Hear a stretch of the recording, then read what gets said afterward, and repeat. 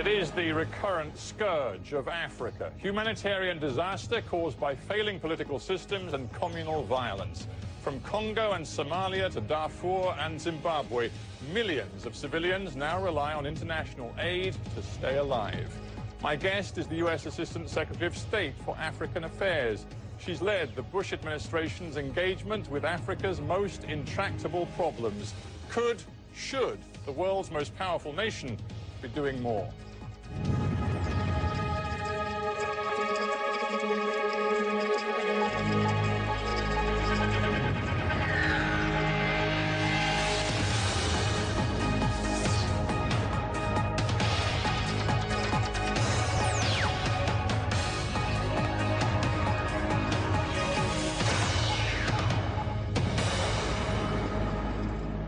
Jendayi Frazer in Washington, welcome to Hard Talk.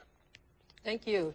In your current job in the State Department, you've spent, the best part of 4 years dealing with some of the worst problems in Africa. And frankly, it looks as though they're getting worse, not better.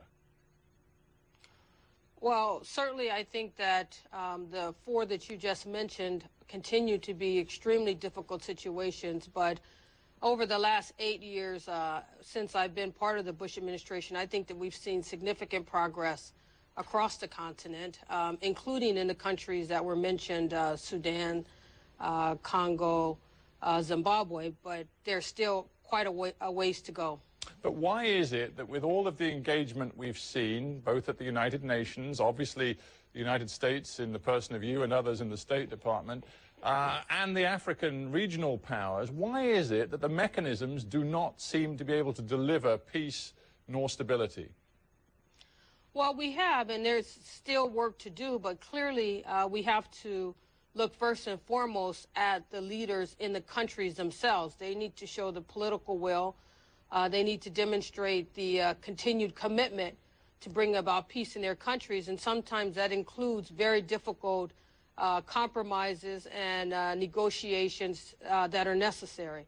Where we don't see that political will, for instance, what we're seeing in Zimbabwe today with President Mugabe and his government not honoring the September 15 power sharing agreement, well, it's very difficult for those of us on the outside. But we will continue the pressure. And we do need to create new institutions, I believe, to support peaceful mediation as well as strengthened peacekeeping. But what you seem to be saying, as you and the Bush administration, I guess, prepare to leave office, you seem to be saying, you know what, we have to recognize there is a very real limit to what we can do in these most difficult parts of Africa. Well, the philosophy that we've held on conflict resolution during the Bush administration is to very much back regional initiatives to try to strengthen the capacity of the sub-regional organizations as well as the African Union, and to try to work multilaterally through the UN Security Council to get good, robust peacekeeping operations on the continent. We have seen that the UN Department of Peacekeeping Operation is somewhat overstretched.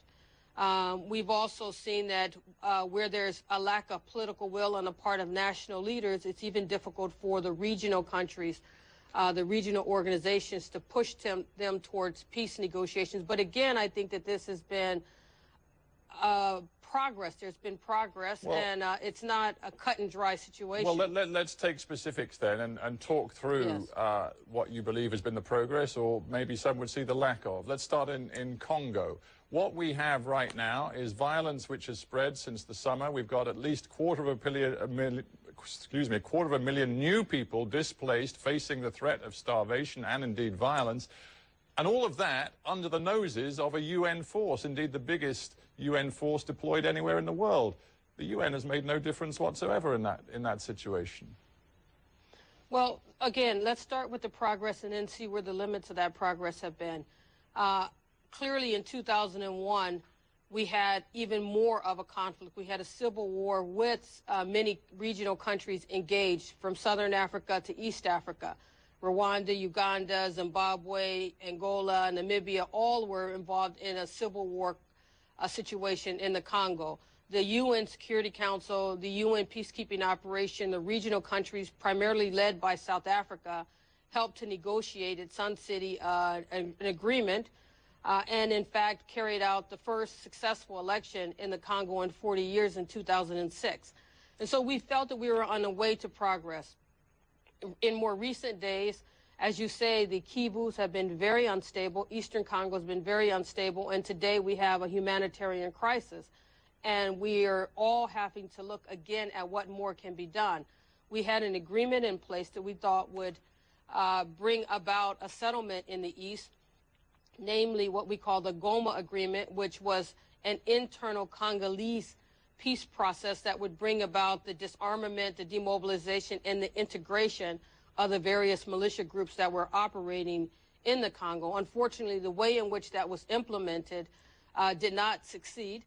It's still on the table. We still all are committed to the Goma Agreement, but now we have to get Nkunda, the General Nkunda, CNDP, back in the process. And President Kabila has said that he will accept some type of dialogue with CNDP. Well, let me stop you there, if I may. You refer to General Nkunda. He's the leader of the Tutsi rebel group currently fighting on the offensive in eastern Congo. Do you believe it is right that the international community, including the UN Special Envoy, former President Obasanjo of Nigeria, include Nkunda, talk to Nkunda, and see Nkunda as part of the solution, when, of course, he is an indicted war criminal inside Congo? Well, I think it's necessary to obviously integrate CNDP as already agreed to in the Goma peace process. So we've already accepted that as necessary. And I think that you'll find that in most situations in the world, that where you cannot defeat your enemy, you need to negotiate with them. I mean, this was clearly the case in South Africa with the ending of the apartheid regime, where the ANC, the various homeland armies, and the South African Defense Forces came together and integrated. It's been true across the continent, where you have to integrate these former rebel units into some type of a national army. So yes, we do support the integration as agreed to in Goma Agreement. You said something very interesting there. You have to hang on. You have to draw people like Nkunda in, you say, even if he is an indicted war criminal, even if right now he's being accused by human rights organizations of egregious abuses in his current offensive. What I said was that you have to bring in and integrate CNDP. I didn't say what would happen to the individual, General Nkunda. I think that that's an issue that still has to be addressed. I think that it really has to be addressed in a national context more than anything else. But that CNDP has to be integrated into the polity and into the national army has already been agreed to by the international community, and most importantly, by the region and by the Congolese themselves when they signed the Goma Agreement. You talk about the region. A few weeks ago, you appeared to indicate that you believed that Nkunda was being supported from Rwandan soil. Can you clarify that for me? Do you believe that the government in Rwanda is aiding and abetting Laurent Nkunda? I have no evidence that the government of Rwanda is aiding and abetting Nkunda. What I do believe is that that's a very, very weak border, and that material assistance from the general public can get to Nkunda and his forces. I think that there's communities that are divided by a border, and so clearly I'm sure some people who are assisting Nkunda from the Rwanda side, but I have no evidence that the government is allowing that the government is sponsoring it, or the government is directly backing Nkunda. All right, so let's bring it to the rhetorical question that I opened the show with, and that is what the United States and indeed the Western powers generally can and should be doing in a situation like the desperate one in the DRC today. You have asked the United Nations Security Council to consider beefing up the UN presence immediately. They haven't done it yet, have they?